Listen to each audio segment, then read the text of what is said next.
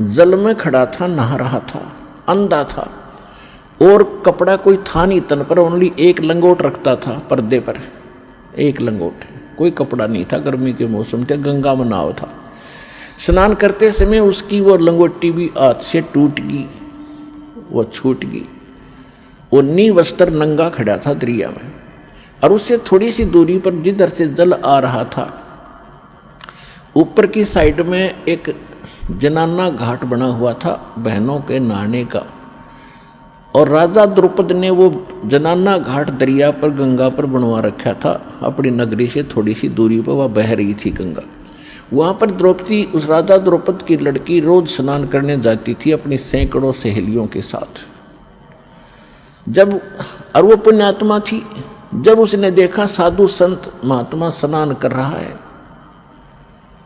तो उसने सोचा कि महात्मा से बात करेंगे सुबह सुबह, बड़े सौभाग्य हमारा, संत के दर्शन हुए। कहते हैं साधु दर्शन राम का, मुख पर बसे सुहाग, और दर्श उन्हीं को होत है जिनके पूर्ण भाग। साधु दर्शन राम का, साहिब आवे याद, और लेखे में वही समय बाकी का समय बर्बाद। फिर उसने सोचा कि संत नहा रहे हैं, मैं भी नहा लेती हूँ, फिर स्वच्छ होकर बात करेंगे। वो स्नान करके आधा घंटा में बाहर आई घाट से, क्या देखा कि महात्मा तो फिर भी जल में ही खड़े हैं। वो बाहर इसलिए नहीं आए कि मैं अंधा हूँ और निवस्त्र हो गया, नंगा। और लड़कियां की आवाज़ सुनने लगी, तो पहले इतने पानी में था और गहरे में चला गया, इतने में कि कहीं बहन बेटियों के सामने मैं निवस्त्र नजर ना आऊं, शर्म का मारा। अब वो कुछ नहा नहीं रहा था, वो ऐसे हाथ मार रहा था। वो सोच रहा था कोई कपड़ा बहता हुआ आ जाए, मैं लपेट कर बाहर निकलूं। द्रौपदी ने देखा आधा घंटा हो गया, संत नहा नहीं रहा, कुछ खोज रहा है। फिर उसने देखा अपने ध्यान से कि महात्मा तो निवस्त्र है, और ये वस्त्र बिना आवेगा नहीं, बाहर कोई वस्तु पटड़ी पे है नहीं, ये सारा दिन खड़ा रहेगा, रात को निकलेगा, गल जाएगा भूखा प्यासा। तो लड़की ने आओ देखा ना ताओ अपनी साड़ी पाड़ी। राजा की लड़की की कितनी कॉस्टली साड़ी होती है, कीमती साड़ी, कपड़ा होगा ये विचार कर लेना। और उसने उस इतनी कीमती साड़ी और संत के लिए पाड़ कर डाल दी। एक लकीर, एक बिलहात की, यानी 9 इंच लगभग, कोपीन आकार की, और पाड़ के, और 3 फुट चौड़ी लंबी, पानी में डाल दी।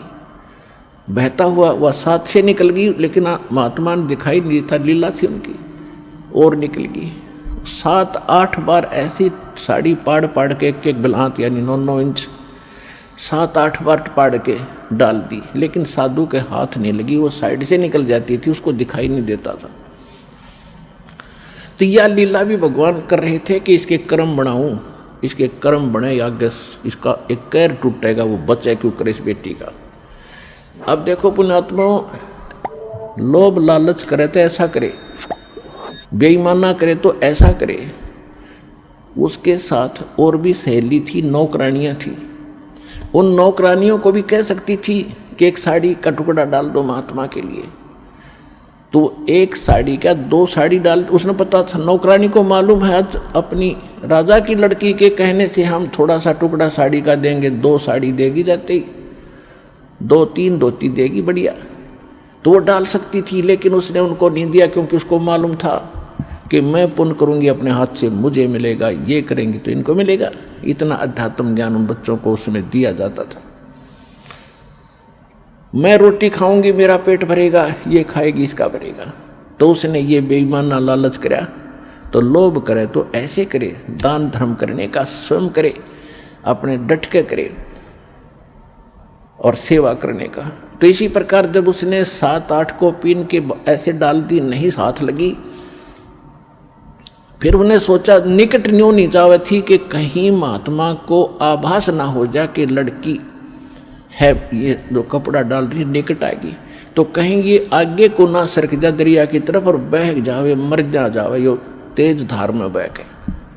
बोल इसलिए नहीं रही थी। इसलिए उसने एक लंबी लकड़ी उठाई जंगल से, उसके फिर एक और टुकड़ा पाड़ा, फाड़ के उसके लपेटा, और धीरे धीरे साधु संत के हाथ के निकट कर दिया जहाँ वो ऐसे हाथ मार रहा था। जब उसके हाथ लग गया उसने तुरंत उसको पकड़ा मजबूती से। फिर उसने देखा कि ये वैसे कोई बहता हुआ कपड़ा नहीं है,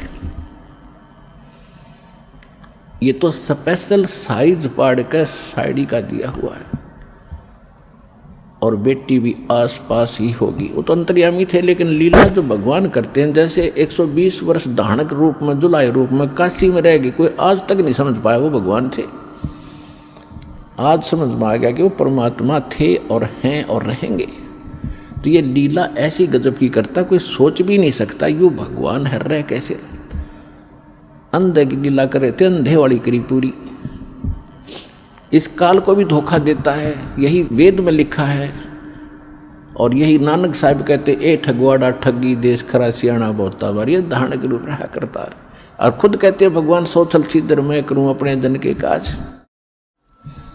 तो द्रौपदी जब उसने वो टुकड़ा लिया, देखा कि हाँ ये तो किसी लड़की बेटी ने दिया है, तो कहा बेटी आज तैने मेरी इज्जत रखी है, भगवान तेरी इज्जत रखेगा और तुझे बहुत ज्यादा दे। अब उसका वचन कैसे टले? तो सुपात्र को दिया दान। इस संसार में आने वाले कैर से भी कुछ ऐसे कर्म हैं जो दान से ही कटते हैं, कुछ ऐसे कर्म हैं जो सेवा से ही कटते हैं, कुछ ऐसे पाप कर्म हैं जो आपके आरती सिमरन सत्संग सुनने से कटेंगे, कुछ ऐसे कर्म हैं जो दान धर्म करने से और हवन यज्ञ करने से कटेंगे, कुछ ऐसे कर्म हैं जो दंडोत प्रणाम से ही आपके नाश होंगे, कुछ ऐसे पाप कर्म हैं जो सिमरन से ही कटेंगे। तो हमने सारे फार्मूले अपनाने अपने अंतःकरण को दौड़ने के लिए, साफ करने के लिए।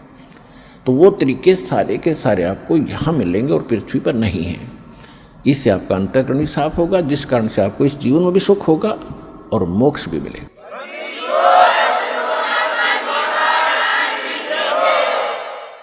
अब द्रौपदी का विवाह हो गया अर्जुन से, और पांडव हार गए जुए में, और द्रौपदी को नंगा करने का प्रकरण आपने खूब सुना। दुशासन को आदेश दे दिया दुर्योधन ने कि इसको नंगा कर दे बड़ी सभा में, और इसका चीर उतार दे, हम अंधे हैं। द्रौपदी ने एक कुवचन कहा था, जिस समय राजा युधिष्ठिर ने एक शीश महल बनाया था शीशे का, और दुर्योधन को न्योता दिया था भोजन के लिए। ये गया तो इसकी टक्कर लगी शीशे में, दिखा कौन, यूं गिर गया। द्रौपदी आई थी पानी लेकर के सिर पे मटका भर के, और हंसती हुई कहने लगी कि अंधों की संतान अंधी ही होती है। उसने एज ए भाभी अपने देवर को एक मजाक कर दिया, और कहते हैं दुर्योधन दुष्ट आत्मा था, उसका इतना दुख मान गया कि इसको सबक सिखाऊंगा कि इसने कैसे कह दिया मेरे साथ ऐसा मजाक, अभद्र मजाक किया है। अपने आत्माओं परमात्मा कहते हैं साधु सोना और सजन, संत भगत सोना और सजन पुरुष टूट जोड़े 100 बार, और दुर्जन और पाका कलश एक के धक दरार। जैसे मटका होता है पका हुआ, उसको थोड़ा सा झटका लग गया, उसमें दरार आ जाएगी, क्रैक हो गया, वो दोबारा नहीं मिल सकता, 100 प्रयत्न कर लो अलग ही पहचान रहेगी। इसी प्रकार दुष्ट व्यक्ति एक बार थोड़ा सा भी कोई बात होगी, वो कभी वैसा नहीं हो सकता, वो अपना कुबद मन में जरूर रखेगा, बकवाद करे बिना रह नहीं, उसमें इतना दोष होता है। और भगत संत साधु और सोना और सजन, सजन पुरुष भद्र पुरुष टूट जोड़े 100 बार। जैसे सोने का आभूषण बना दिया, अलग अलग टुकड़े कर दिए, फिर उसको दोबारा आभूषण बनाया जाता है, निशान भी नहीं रहता ये कौन था, वैसा ही बन जाता है। ऐसे साधु संत कभी कवासुनी हो जाती है तो मन में दोष नहीं रखते, ईर्षा नहीं रखते, उसको बदले की भावना नहीं रखते, और फिर मिलते हैं तो वैसे ही हो जाते हैं जैसे कभी कुछ हुआ ही नहीं। और दुर्जन, दुर्योधन दुर्जन था, एक के धक दरार, उसमें इतना क्रैक आ गया, वो मिटा नहीं, अपना नाश करा कर टिका, सर्वनाश कराया उसने। अब उसी आधार से उसने कहा कि दुशासन अब इसको नंगा कर सुबह में, हम तो अंधे हैं और अंधों की संतान है, हम कुछ देख थोड़े सकेंगे इसके अंग को, नंगा कर इसको आज। अब द्रौपदी, वहां कौन कौन विराजमान थे पुण्यात्मा, महाभारत पढ़ा करते आप, इसको बड़ा अनमोल ग्रंथ जान के। इसके अंदर जो इन पात्रों का जो गलत रोल था, किसी का नहीं धरती पर हमने देखने नहीं मिला। भीष्म पितामह, द्रोणाचार्य और कर्ण, ये तीन ऐसे योद्धा थे जिससे सब कुछ कांपते थे। दुर्योधन भी कांपता था और वो सारे सभी कौरव कांपते थे। लेकिन उस सभा में वो सारे बैठे और विदुर भी विराजमान था, विदुर जो कौरव पांडवों का चाचा था। अब वहां पर जब उसको नंगा करने लगे, द्रौपदी ने सबसे पुकार की। पहले तो ये सोचा कि ऐसी गलती कैसे कर देंगे, सारी सभा में मुझे नंगा कैसे कर देंगे। भीष्म पितामह जैसे बैठे हैं दादाजी, और साथ में ये बैठे द्रोणाचार्य गुरुजी, और कर्ण जैसे महापुरुष अक्षत्रिय विराजमान है, ये कैसे गलती करेंगे। तो जब सबकी तरफ देखा, दुशासन ने उसका पल्ला पकड़ लिया नंगा करने के लिए। किसी ने भी यूं नहीं कहा तुम क्या कर रहे हो मूर्ख हो, ये क्या कर रहे हो, कैसा जुल्म कर रहे हो। अपने पति पांचों पांडवों की तरफ देखा, क्योंकि वो हार चुके थे, वो बंध चुके थे, नीची गर्दन कर ली। अब द्रौपदी ने देखा कि तो सब फेल हो गए, तो जिसको तू आसरा मान बैठी थी, जिनको सहारा मान रही थी, ये तेरी मदद हेल्प करेंगे, तो ये तो फ्यूज हो गए सारे। तो यहां परमात्मा ने कहा कि उस समर्थ की रीढ़ छुपाई कुल कुटुंब तेराता। अब इन संसारिक लोगों से तू अपनी कल्याण चाहता है, इनसे मदद मांग रहा है, ये मदद नहीं कर सकेंगे। समय आने पर भगवान ही मदद करेगा। और वो कैसे करेगा, यदि तूने उसके अनुकूल कोई ऐसा कर्म किया होगा तो करेगा। अब उस समय उस सभा में एक व्यक्ति था जिसको हम पंचायती कह सकते हैं और एक धर्मपुत्र कह सकते हैं, विदुर। विदुर ने खड़ा होकर कहा, करे भले आदमियों, तुम क्या करने जा रहे हो, कुछ दुर्योधन अकल से काम ले। बाहर के लोग तुम्हें क्या कहेंगे, अपनी इज्जत अपने हाथों उतार रहे हो। तुम एक ही दादा की संतान हो, तुम अलग अलग नहीं हो। विदुर कहे ये बंधु तुम्हारा, ये पांडव भी तो आपके ही चचेरे भाई हैं। विदुर कहे ये बंधु थारा, एक कुल एक परिवारा, और तुम ये ऐसा जुल्म ना करो, अपनी इज्जत आप ही उतार रहे हो। और कहते हैं जब विदुर ने उनको मना किया, रोकना चाहता, थप्पड़ मारा, उसके मुंह पर थप्पड़ मारा कि तू तो पांडवों का चमचा है, सदा इन्हीं की ओर बोलता आया, जबकि नाते में वो चाचा था, सगा चाचा। कहते हैं विदुर के मुख पर लगा थपेड़ा, तू तो इन पांडवों का चेहरा, इनका चमचा है, नौकर। तू तो है बांदी का जाया, तू बांदी से पैदा हुआ है, इसलिए तेरे अंदर अक्षत्री वाले गुण नहीं है, तू इतनी ही बोधी बात कहता रहा। तू तो है बांदी का जाया। जब ये शब्द उसने कहा दुशासन ने, कहते हैं भीष्म, कर्ण और द्रोण मुस्काया। अकल देखो उन महापुरुषों की, पंचायत में बैठे हैं और एक लड़का अपने चाचा का थप्पड़ मार रहा है और उसको अपशब्द कह रहा है, और वहां वह बैठे मौजूद व्यक्ति हंस रहे हैं, मुस्कुराए वो। जबकि उन्होंने खड़ा होकर कहना चाहिए था, निकम्मे खबरदार, देते ने अपने चाचा का हाथ लगा दिया, सारी नैतिकता नाश कर दी तूने। और वो इसके विपरीत उन्होंने ना कुछ टोका टाकी की, ना ये कहा तू ऐसा ना करो, बल्कि ये शब्द सुन के कि तू तो है बांदी का जाया। भीष्म, कर्ण और द्रोणाचार्य गुरु कहते मुस्काए, हंसे। और वहां एक था भक्त, एक था पंचायती। उस सभा में पंचायती के एक लक्षण और गुण होते हैं, सच्ची बात कहे, मुंह पे कहे, और उसकी नहीं चले तो उठ कर चला जाना चाहिए, वह बैठा नहीं रहना चाहिए उस सभा। तो विदुर वहां से उठ कर आ गया, वह रहा नहीं। या तो भीष्म द्रोणाचार्य और कर्ण ने उनका विरोध करना चाहिए था, नहीं मानते तो सभा त्याग देनी चाहिए थी। वहां बैठे किस लिए थे? वो बुद्धिहीन उस द्रौपदी को नंगा देखने के लिए बैठे थे, वो दुष्ट व्यक्ति। और किस लिए बैठे थे? अब कहते हैं बंधे से बंधा मिले और छोटे कौन उपाय, कर बंदगी निर्बंध की वो पल में दे छुड़ाए। अब दुर्योधन के मलिन अन्न को खाकर भीष्म पितामह द्रोणाचार्य और कर्ण वो दूषित मन के हो गए थे, वो बंद गए उसके लोक लाज में, किसका टुकड़ा खाते हम कैसे बोलेंगे। और विदुर ने खड़ा होकर कह दिया, और उधर से पांडव बंद गए कि हम हार चुके हैं, द्रौपदी को हम बोल नहीं सकते, वो भी बंधन में बंध गए, मर्यादा में।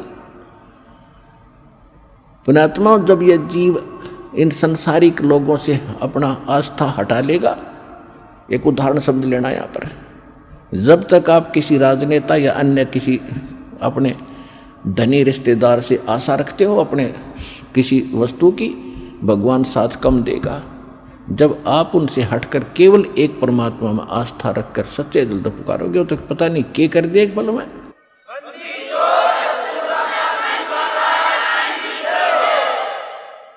जब द्रौपदी ने देखा कि यहाँ कोई और साथी नहीं, तेरा मददगार नहीं है, तब सच्चे दिल से आत्मा रोई थी। ये भगवान आत्मा का साथी है, मन का साथी नहीं। मन तो पता नहीं क्या क्या बकवास चाहे, ये हो जा, वो हो जा, फलाना हो जा। जब आत्मा चाहेगी ना तो मालिक देगा आपको। ये आत्मा का साथी है, और मन है ये काल का एजेंट। जब आत्मा रोई, यहाँ की आपकी पुकार, जैसे पता नहीं कितनी बहनों के साथ बलात्कार होते हैं कहीं कहीं, और वो सभी पुकारती भी हैं अपने मदद के लिए, फिर लास्ट में भगवान को भी याद करती होंगी, लेकिन कितनों की मदद होती है? बहुत कम। कारण ये होता है कि हमने पहले कुछ ऐसा पुण्य नहीं कर रखा जिससे भगवान कोई कारण बना दे और हमारी रक्षा करते हैं किसी भी प्रकार से। तो द्रौपदी का मालिक ने पहले तो कारण बनाया, सौ छलछीदर मैं करूं अपने दिन के काज, जो जन मेरी शरण है ताका हूं मैं दास, और गेल गेल लाग्या फिरूं जब तक धरती आकाश। अब जैसे ये दास पहले हम रामकृष्ण के पुजारी थे, शंकर जी के पुजारी थे, बाबा श्याम जी हनुमान जी के पुजारी थे, और जो भी घर में सुख होता था हम ये कहा करते भगवान विष्णु ने कर दिया, बाबा श्याम जी ने कर दिया, हनुमान जी की दया होगी। जो सा भी याद आ जाता उसी को श्रेय दे देते थे, जो भी भगवान हमें याद आते थे। अब पता चला कि ये तो कुछ कर ही नहीं सकते। अब ज्ञान की रोशनी से पता चला कि करने वाला तो वही था। कहते हैं जगत का पेखना पेखा, धनी का नाम ना लेखा। संसार के लोगों का ही हमने क्रेडिट दिया, इसने ऐसा कर दिया, इसने ऐसा कर दिया। वो कराने वाला भी कोई और ही है अगर किसी से कुछ करवा रहा है। कहते हैं जगत का पेखना पेखा, धनी का नाम ना लेखा। जो सब कुछ कर रहा है उसका जिक्र भी नहीं, कोई सुपने भी याद नहीं आया आपको। तो परमात्मा कहते हैं जब तक जो मेरी शरण में है, कभी किसी शरण समय में, ये द्रौपदी वाली आत्मा भगवान की शरण में थी। इस कलयुग के इस पीरियड में ये चल रहा है जो स्वर्ण युग आ गया ये, और इसमें जो बिचल गए, पिछड़ गए, रह गए, वो फिर यही धक्के खाते हैं। रानी बन गई, कभी राजा बन गए, कभी देवता बन गए। कुमाई इस समय की होगी वह सत भक्ति, और हजारों युगों तक चलेगी उनके साथ, क्योंकि कितनी कमाई इतनी बनती है इसकी, फिर यहाँ बर्बाद हो जाती है। लेकिन जो एक बार उसकी शरण में आ गया, परमात्मा इतने दयालु हैं, उसको कहीं ना कहीं घुमा फिरा के इवन द्रौपदी का भी ईव जन्म देंगे, दोबारा यहाँ पटकेंगे उनको जब उनका नंबर आओगा, जब टेके रहे तो न कहा मोक्ष होना था।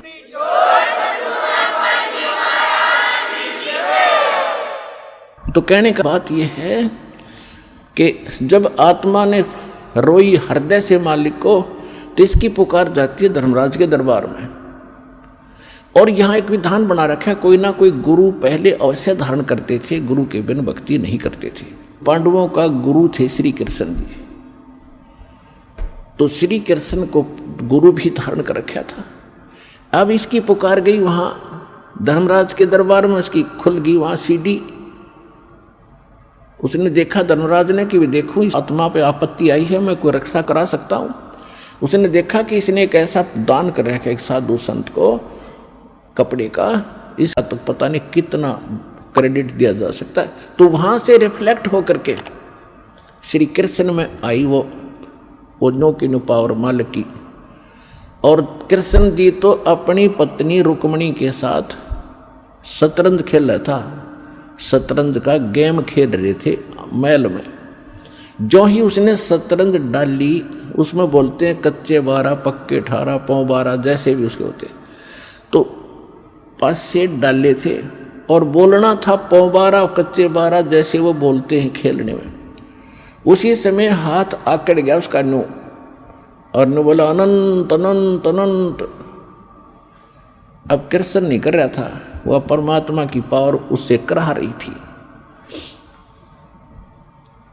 अब रुक्मणी ने उसका हाथ पकड़ दिया कि अनंत अनंत क्यों बोल रहे हो, आगे बोल, इस कच्चे 12 पक्के 12 कुछ तो बोलना था, ये ऐसे क्यों बोल रहे हो आप। तब उसने कहा कि रुक्मणी कर पकड़ा मुस्काई, गरीबदास साहिब जी की अमरवाणी से दास सुना रहा है। रुक्मणी कर पकड़ा मुस्काई, उसका हाथ पकड़ के हंसने लगी। अनंत कहा मोह को समझाई, ये अनंत क्यों कहा इसका मुझे बता। अब कहते हैं दुस्शासन ने द्रौपदी पकड़ी और हमरी भगत सकल में सिखरी, जय हमरी भगत पिछोड़ी हुई तो हमरा नाम न लेवे कोई। वहाँ कृष्ण नहीं बोल रहा था, कृष्ण को बुलाया जा रहा था भगवान के द्वारा, और परमात्मा की पावर ही उसके पास वहाँ से भीतर। जैसे जड़ से खुराक आती है पौधे में, पौधे से जाती टहनी में, टहनी के फल लगते, तो वो फल देने वाली टहनी है, उसका देने वाला जड़ है, टहनी के बस का नहीं था। ये समझ लेना, क्योंकि जब इस फार्मूले को आप समझोगे अध्यात्म ज्ञान को, जब आपके समझ में आएगी और आपकी दृष्टि वहीं टेकेगी जाके कि करे कराओ साइया मन में लहर उठा, दादू सदर जीव के आप बगलो जा। कृष्ण कहते सरदरी थी और करने वाला खुद था वह। रुक्मणी कर पकड़ा मुस्काई, अंत कहा मोह को समझाई, दुस्शासन ने द्रौपदी पकड़ी और हमरी भगत यानी भगवान की भगत सकल में सिकरी, और जय हमरी भगत पिछोड़ी हुई, जय हमारा भगत हार में आ गया तो भगवान का नाम ना लेवे कोई। अब श्री कृष्ण तो फिर इतना कह के लग गया पासे खेलने, वो मालिक आए फिर कृष्ण रूप धारण करके। श्री कृष्ण रूप बना के परमात्मा सूक्ष्म रूप में द्रौपदी के सिर पे आकर बैठ गए। कहते हैं तनदेही से पासा डारी, कृष्ण तो अपना वहां खेल रहा है और पहुंचे सूक्ष्म रूप मुरारी कबीर परमात्मा। खेचत खेचत खेच कसीसा, सिर पर बैठे हैं जगदीशा, द्रौप सुता के चीर बढ़ाए, शंख शंखों पार न आए, द्रौप सुता ने दीनी लीर और जाके अंत बढ़ाए चीर।